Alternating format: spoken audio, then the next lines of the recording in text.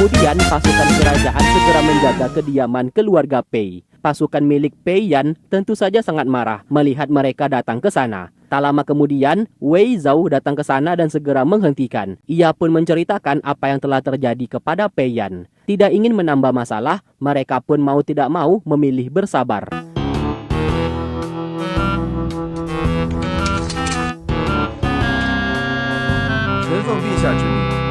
Setelah itu, Wei Zhao meminta Nyonya Pei untuk menyerahkan Jiangqi, pelayan pribadi milik Pei Yan. Jiangqi lalu diseret keluar. Salah satu pelayan lalu menamparnya karena ulahnya yang ikut campur sehingga membuat Pei Yan, tuan muda mereka, masuk ke dalam penjara.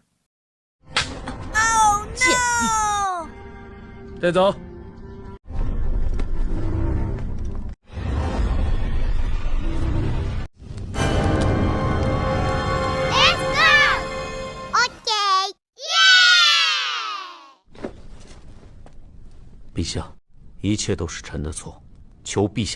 Kaisar lalu menemui Pei Yan di dalam penjara. Mengingat ia adalah anak dari Nyonya Pei, Kaisar akan melindunginya dan memberikan satu kali kesempatan lagi. Yang dikatakan olehnya, Teng Rui saat ini masih hidup dan ia harus bisa membuktikan ucapannya itu benar atau tidak. Namun untuk masalah pelayannya, yaitu Jiangqi, Kaisar tidak bisa memberikan toleransi. Pei Yan seketika sujud memohon belas kasihan kepada Kaisar supaya tidak menghukum mati Jiangqi.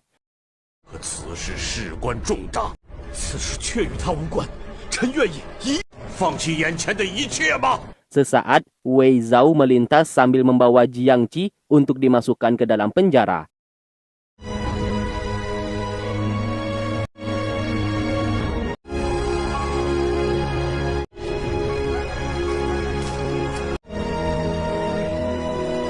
Kaisar yang melihat Jiangqi di sana sedikit merasa kasihan dan akhirnya memutuskan ia dikurung di dalam penjara terlebih dahulu. Setelah Jiangqi dimasukkan ke dalam penjara, Wei Zhao berkata inilah resiko apabila ia terus mengganggunya. Perkataannya itu membuat Jiangqi menjadi sangat marah. Sesaat ia melihat terdapat sebuah paku. Alhasil ia pun mendorongnya. Wei Zhao tentu saja terluka parah. Namun ia tidak ingin terluka sendirian dan menarik Jiangqi supaya tertusuk paku di sana.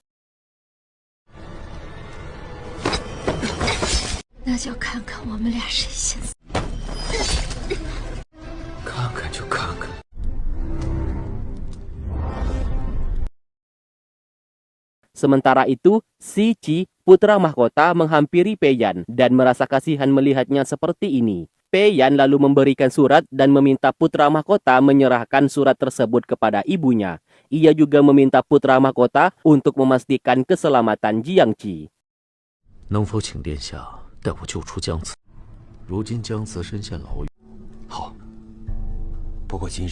Lalu keesokan hari, Wei Zhao menemui Kaisar untuk membahas masalah Teng Rui yang dikatakan oleh Pei Yan saat ini masih hidup. Kaisar menjawab, ia belum tahu apakah itu benar atau tidak. Namun masalah ini akan diselidiki oleh Nyonya Pei, ibunya Pei Yan. Apabila memang terbukti Teng Rui masih hidup, maka Pei Yan akan dibebaskan.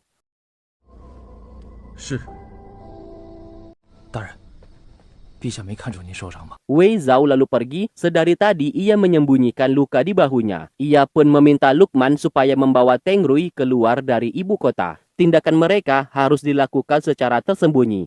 Lalu kemudian ia kembali menghampiri penjara Jiangqi. Siapa sangka Jiangqi adalah pelaku yang membocorkan rahasia kalau Teng Rui saat ini masih hidup kepada Pei Yan. Jiangqi menjawab ia melakukan itu semua supaya Wei Zhao mau mengembalikan boneka kucing miliknya. Tindakan Jiangqi membuat Wei Zhao menjadi sangat marah. Alhasil ia pun diikat dan disiksa.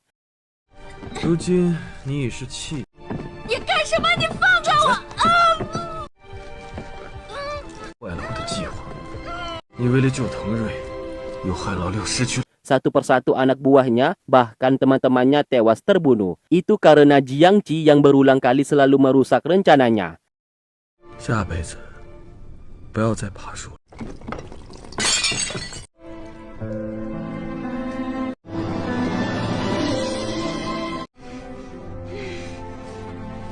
如果你敢耍花样，我会让你死得更痛苦。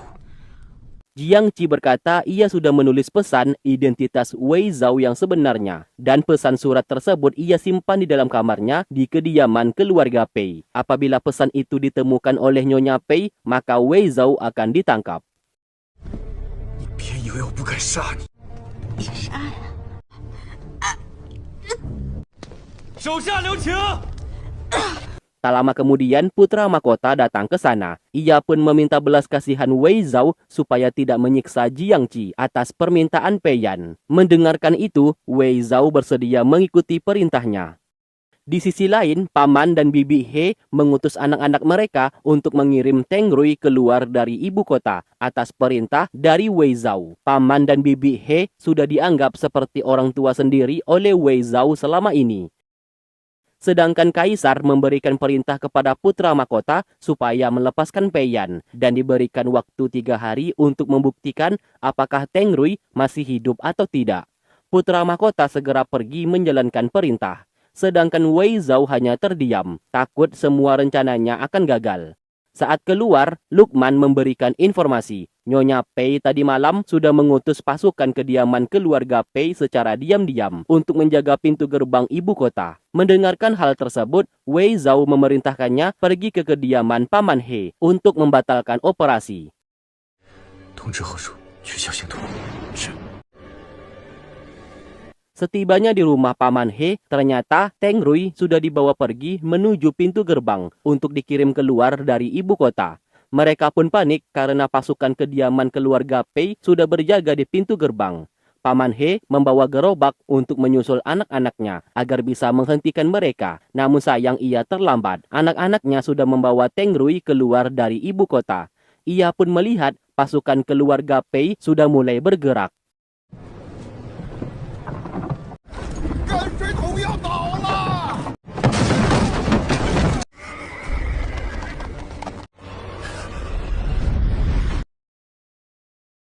Sedangkan Bibi He bersama Lukman membakar seluruh barang bukti mengenai identitas Wei Zhao beserta organisasi Pavilion Anying. Namun sayang pasukan keluarga Pei sudah mengepung kediaman tersebut. Sang bibi memaksa Lukman untuk segera pergi. Apabila ia ditangkap, maka Wei Zhao dalam bahaya.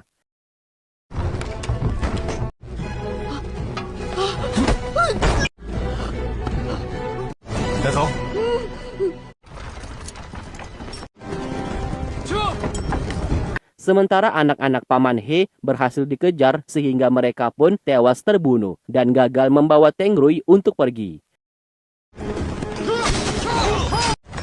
你怎么样？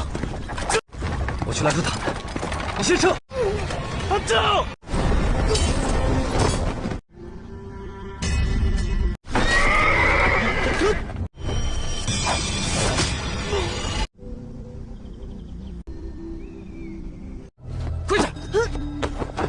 Singkat cerita, Paman dan Bibi He berhasil ditangkap, yang merupakan komplotan dari pembunuh bertopeng selama ini. Pei Yan lalu memerintahkan pasukan untuk menyiksa kedua orang tua tersebut supaya mau buka mulut. Namun sayang, Paman dan Bibi He tidak mau buka mulut dan memilih merahasiakan pembunuh bertopeng tersebut. 说不说？继续。 Melihat itu, Wei Zhao menjadi sangat marah atas tindakan Pei Yan. Ia pun pura-pura mengajukan diri untuk mengorek informasi dari kedua orang tua di sana. Saat dihampiri, secara diam-diam, Wei Zhao menyuruh mereka mengambil pisau di dalam bajunya supaya mereka bisa berpura-pura untuk menyanderanya. Namun hal tersebut tidak dilakukan oleh mereka. Sang bibi lantas menggigit telinga Wei Zhao, lalu setelah itu menggigit lidahnya sendiri sehingga ia pun meninggal dunia. Diikuti oleh Paman He yang memilih mengakhiri hidupnya sendiri. Apa yang mereka lakukan saat ini tentu saja demi melindungi identitas Wei Zhao. Seketika, Wei Zhao langsung terdiam dan teringat masa lalu, Paman dan Bibi He adalah pelayan setia miliknya saat di kota Yulo. Hingga sampai sekarang, mereka masih setia mengikutinya. Karena Paman dan Bibi He percaya, Wei Zhao mampu menegakkan keadilan untuk kota Yulo. Bahkan di saat sang bibi menggigit telinganya, ia sempat berbisik supaya Wei Zhao harus tetap hidup.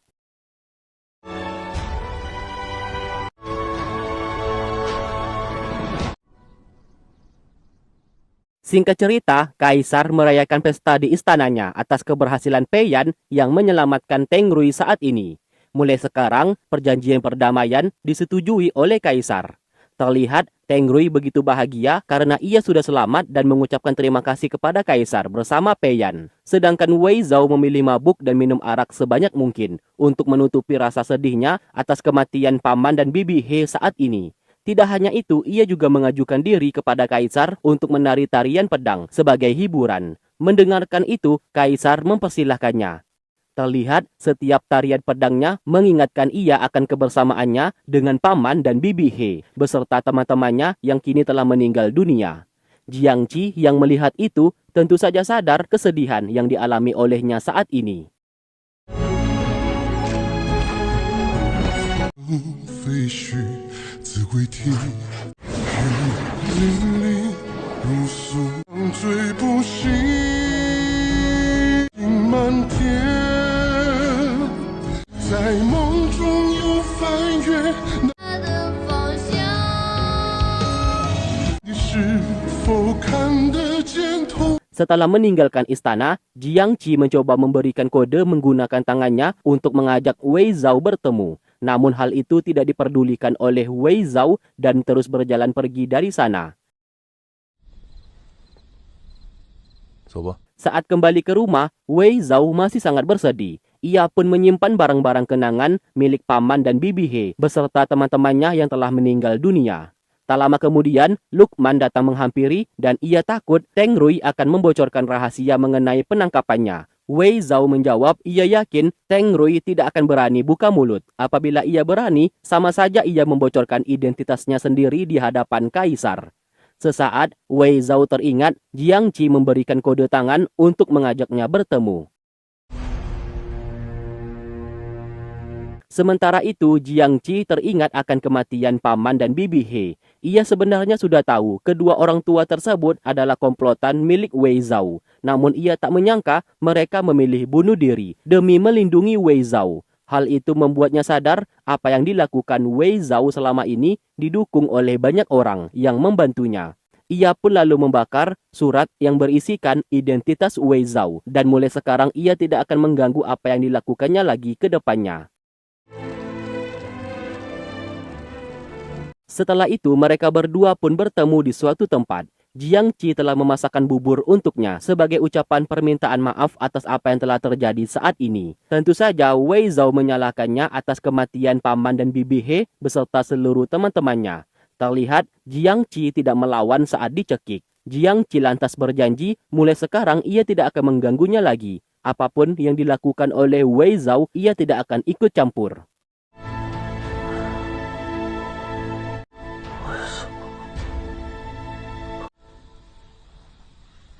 Adegan lalu berpindah di kota Nanling. Pemimpin kota tersebut adalah keluarga Pei. Dan pemimpin keluarga Pei di sana kita sebut saja namanya Bambang. Ia bertugas membuat senjata untuk kerajaan Daliang.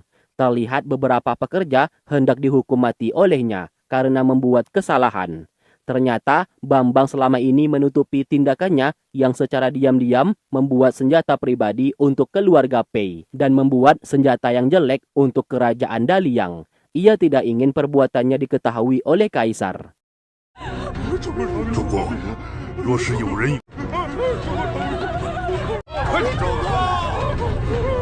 Lalu kemudian, Wei Zhao mendapatkan surat informasi dari mata-mata yang ia letakkan di kota Nanling.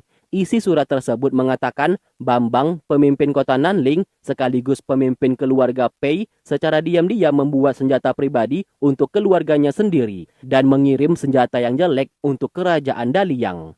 Melihat itu, Wei Zhao curiga kota Nanling berencana melakukan pemberontakan.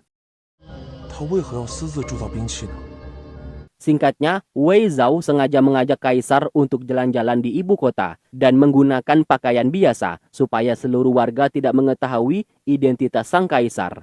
Sesaat mereka bertemu dengan salah satu warga yang sedang buru-buru. Menurut kabar, seluruh warga di ibu kota sedang merayakan keberhasilan Pei Yan menyelamatkan utusan dari kerajaan Wei. Sebenarnya, Wei Zhao sudah tahu akan hal itu dan itulah maksud tujuannya mengajak Kaisar jalan-jalan keluar saat ini.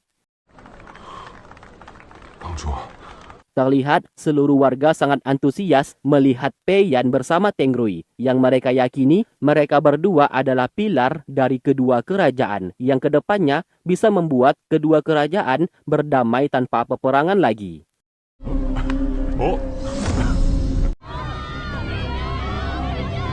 Kaisar yang melihat itu sedikit merasa kesal. Bagaimana tidak, dirinya yang bersusah payah menyatukan kedua kerajaan supaya berdamai, namun Pei Yan yang mendapatkan jasa. Padahal selama ini, Pei Yan selalu membuat kesalahan besar. Di sanalah Wei Zhao memberitahukan terdapat kejanggalan di kota Nanling yang dipimpin oleh Bambang. Mendengarkan itu, Kaisar mengajaknya kembali untuk meminta dijelaskan secara detail. Setelah mengantar Kaisar pergi untuk kembali ke istana, salah satu kasim kerajaan menyapa Wei Zhao dan memperkenalkan anak angkatnya di sana bernama Yuan, yang diharapkan oleh kasim kerajaan, Yuan bisa menjadi seperti Wei Zhao ke depannya.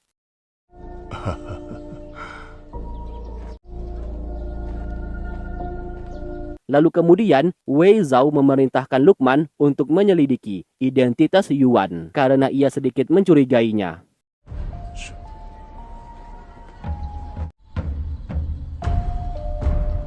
Singkat cerita, Kaisar mengumpulkan seluruh menteri kerajaan. Ia pun menunjukkan perbandingan antara pedang yang dibuat 5 tahun yang lalu dengan pedang yang dibuat saat ini. Terlihat jelas, pedang yang dibuat saat ini patah menjadi 2 akibat kualitasnya sangat buruk dibandingkan dengan pedang 5 tahun yang lalu. Itu sudah cukup membuktikan kota Nanling yang dipimpin oleh Bambang dari keluarga Pei tidak becus membuat senjata, atau mungkin ada sesuatu hal yang sedang dirahasiakan oleh kota Nanling sehingga membuat senjata yang sangat jelek untuk kerajaan Daliang. Tentu saja Kaisar akan menyelidiki masalah ini.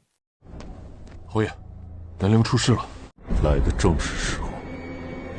Lalu kemudian, Kaisar memanggil Pei Yan dan memerintahkannya untuk pergi ke kota Nanling dalam menyelidiki masalah ini. Alasan kenapa Kaisar memerintahkannya karena ia adalah bagian dari keluarga Pei. Namun perlu diingat, ia harus menyelidiki masalah ini dengan sangat rahasia. Jangan sampai kota Nanling mengetahui misinya saat ini. Pei Yan tentu saja bersedia menjalankan perintah Kaisar. Ia bisa sekalian pulang ke kampung halamannya. 办得圆满妥善。 Setelah itu, Pei Yan kembali untuk mengemasi barang-barangnya. Ia juga mengajak Jiang Qi pergi ke kota Nanling. Ia takut apabila tetap berada di sana, ia akan ditindas oleh para pelayan. Tidak menutup kemungkinan ibunya yang tidak suka kepadanya juga akan mempersulitnya. Mendengarkan itu, Jiang Qi tidak ada pilihan selain menerima ajakannya tersebut. Dengan segera, Jiang Qi kembali ke kamar dan mengemasi barang-barangnya. Di sana Chu Liyang meminta ia untuk menjaga dirinya baik-baik. Dari arah luar, Wei Zhao menguping pembicaraan itu dan akhirnya tahu Jiang Qi juga ikut pergi ke kota Nanling. Sesaat, Chu Liyang mendengarkan suara kucing, yang dimana itu adalah tanda Wei Zhao mengajak Jiang Qi untuk bertemu. 侯府何时有猫了？ Setelah Chu Liyang pergi, Wei Zhao segera masuk melewati jendela. Kedatangannya kali ini sebenarnya ingin mengembalikan boneka kucing tersebut, namun ia masih ragu untuk menyerahkannya. Jiang Qi sesaat memberikan salep kepada Wei Zhao karena kemarin ia sempat menggigit tangannya hingga terluka.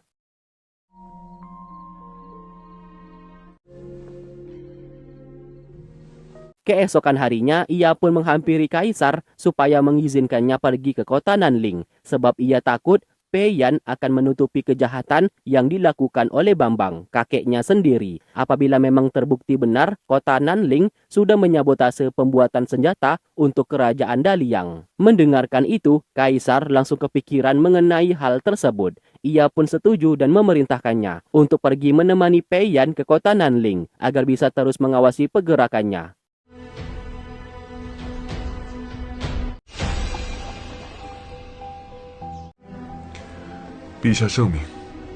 Berita mengenai Kaisar menyuruh Wei Zhao untuk ikut ke dalam perjalanan menuju kota Nanling telah terdengar ke telinga Pei Yan. Hal itu membuat Pei Yan sadar Kaisar seperti mencurigainya. Dari kejauhan, Jiang Qi mendengarkan itu. Ia pun berniat memanfaatkan kesempatan untuk mengambil alih boneka kucing miliknya. 侯爷，此番新公子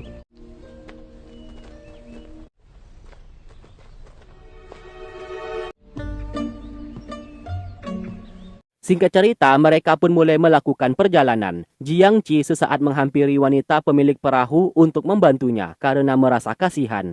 Sebab saat ini sedang musim dingin, namun wanita tersebut tidak menggunakan pakaian tebal. Diketahui wanita itu bernama Ayan. Jiang Qi lantas memberikannya pakaian dan menggantikan ia mendayung perahu tersebut. 拿着，暖暖手。 Setelah tiba di kediaman keluarga besar Pei di kota Nanling, seluruh paman beserta anggota keluarga Pei telah berkumpul. Namun siapa sangka, keempat paman Pei yang di sana seperti tidak menyukai akan kedatangannya saat ini. Itu terlihat dari perkataan dan sikap mereka yang tidak menunjukkan rasa hormat. Padahal Pei Yan adalah menteri yang mewakili keluarga Pei di istana kerajaan Daliang. Tidak hanya itu, mereka juga membahas masalah Jiang Qi, pelayan yang dianggap pembawa sial untuk keluarga Pei, karena hampir membuat keluarga Pei mereka dalam bahaya. Jiang Qi sadar dirinya tidak disukai dan memilih untuk pergi dari sana agar tidak membawa masalah bagi Pei Yan. Tiba-tiba, Wei Zhao segera menghentikan. Ia pun turun tangan untuk menghampiri salah satu paman Pei Yan di sana bernama Pei Si. Dan ia berkata, Pei Yan adalah menteri kerajaan Daliang. Seharusnya mereka menunjukkan rasa hormat. Namun justru mereka bersikap kurang ajar dan tidak ada sopan santun. Setelah mengetahui Wei Zhao adalah komandan pasukan cahaya, seketika mereka pun terkejut dan segera berdiri untuk memberikan hormat kepadanya.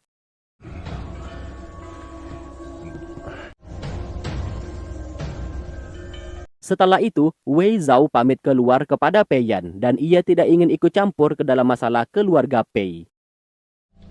侯爷，那奴婢也先。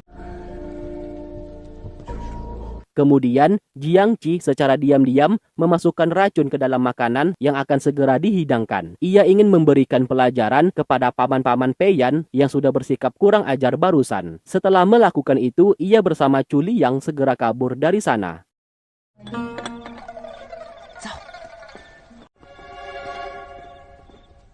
Lalu kemudian, makanan tersebut dihidangkan kepada semua orang, kecuali Pei Yan. Dan pelayan di sana meminta maaf karena makanan tersebut kurang satu. Tentu saja Pei Yan tidak mempermasalahkannya. Sementara itu, Jiang Qi menghampiri Wei Zhao yang sedang duduk di sebuah kedai sendirian.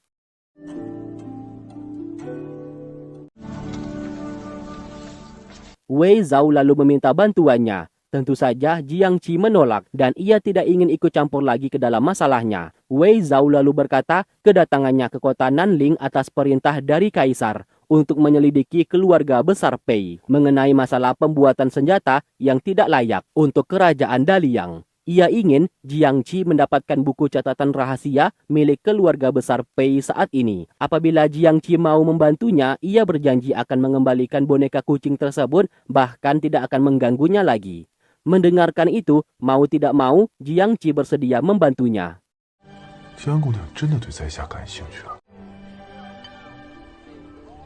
Sesaat, Jiang Qi merasa heran karena bubur itu menggunakan beras yang berkualitas rendah. Sontak, Wei Zhao langsung terdiam mendengarkan itu, dan ia seperti menyadari sesuatu hal.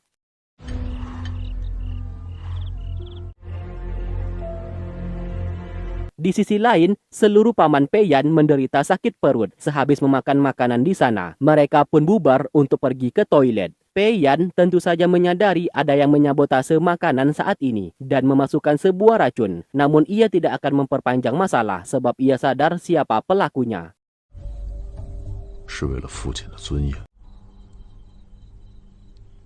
Singkat cerita, mereka mendatangi pabrik pembuatan senjata untuk kerajaan Daliang. Wei Zhao melihat terdapat pabrik yang ditutup dan bertanya apa yang terjadi. Bupati kota Nanling bernama Tuan He menjawab, 2 bulan yang lalu terjadi kecelakaan. Salah satu mesin pabrik pembuatan senjata mengalami kebakaran. Hingga sekarang, mesin pabrik itu sudah tidak bisa digunakan lagi, yang menyebabkan beberapa pekerja meninggal dunia. Tuan He segera sujud meminta maaf. Akibat insiden itu, mereka mengirim senjata berkualitas jelek kepada kerajaan Daliang, sehingga menimbulkan kemarahan kaisar saat ini.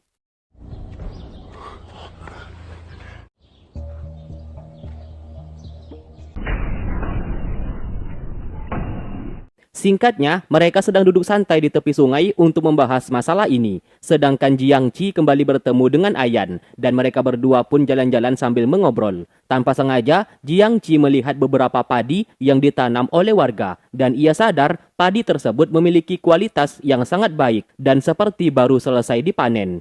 Ia pun mengumpulkan beberapa padi tersebut dan menunjukkannya kepada mereka. Yang jadi anehnya di sini, saat kemarin malam, ia makan bubur di sebuah kedai bersama Wei Zhao. Namun, beras yang digunakan untuk pembuatan bubur tersebut kualitasnya sangat jelek. Padahal, padi yang ditanam oleh warga kualitasnya sangat bagus. Apabila hasil panen padi yang ditanam sangat berlimpah, kenapa saat ini di kota Nanling banyak warga yang kelaparan, sehingga menambah populasi pengemis? Merasa ada yang janggal terhadap masalah ini, mereka pun segera menyelidiki hal tersebut.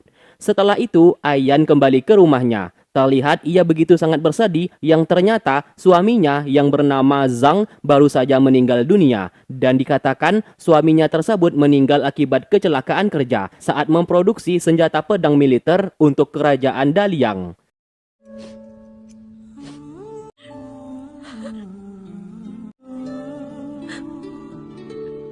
Di malam hari, Pei Yan mendapatkan informasi dari anak buahnya. Terdapat 8 toko yang menjual beras dengan kualitas yang sangat jelek. Dan masing-masing dari toko tersebut dikuasai oleh beberapa paman Pei Yan. Mendengarkan itu, Pei Yan tentu saja sadar paman-pamannya sudah melakukan korupsi. Yang perlu diselidiki saat ini, uang hasil korupsinya digunakan untuk apa?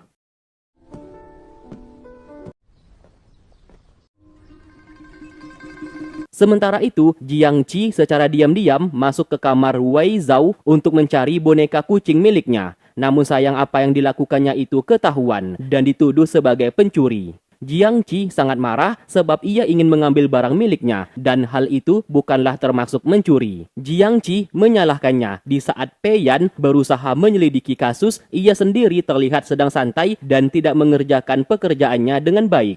Wei Zhao menjawab, ia bersama Pei Yan adalah orang berbeda. Ia tidak mungkin secara terang-terangan menyelidiki sesuatu hal di depan umum dan pergerakannya selalu tersembunyi. Awalnya, Jiang Qi tidak percaya terhadap apa yang diucapkannya, hingga di mana Wei Zhao langsung membawanya ke suatu tempat untuk menunjukkan pasukan kota Nanling mengumpulkan seluruh pengemis di sebuah kuil, bahkan memukuli dan memberikan makan seluruh pengemis itu seperti layaknya binatang. 这些饥民都被关在这儿，顺藤摸瓜便是。那是裴府的人干的。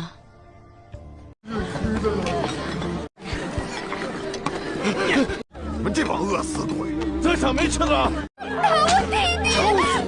Amarah Wei Zhao awalnya sempat terpancing karena teringat dirinya di masa lalu yang juga diperlakukan sama seperti itu. Namun Jiang Qi segera menghentikan dan mereka harus menyelidiki terlebih dahulu apa motif dari pasukan kota Nanling menahan seluruh pengemis di tempat tersebut. 我有办法打探虚实。别动。位置会是打打杀杀的，迂回战术也可以。 Lantas mereka berdua pura-pura menjadi pengemis untuk memancing pasukan kota Nanling supaya menangkap mereka. Hal itu pun berhasil dilakukan. Mereka berdua lantas ditangkap dan dimasukkan ke dalam kuil tidak terpakai, tempat para pengemis ditahan saat ini. 大哥，饿了3天了。饿了是吧？跟我来。你个臭叫花子，真是异想天开。 Jiang Qi berusaha bertanya siapa mereka dan alasan kenapa mereka mengurungnya saat ini. Karena banyak bertanya, pasukan di sana hampir memukulinya. Wei Zhao dengan cepat melindungi. 对不起，不好意思，饶了我们吧。好好看着他们。是。